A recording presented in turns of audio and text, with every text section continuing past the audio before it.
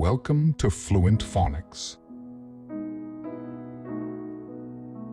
Today we will focus on mastering the pronunciation of the word roughish.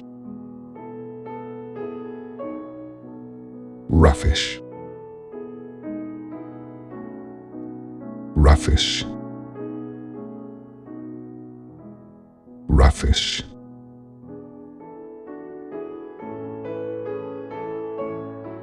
Here's an example of how one might use it in a sentence. The weather was roughish, with occasional gusts of wind and brief periods of rain. Roughish describes something that is somewhat rough or uneven in texture, appearance, or behavior, but not excessively so, slightly rough or rugged.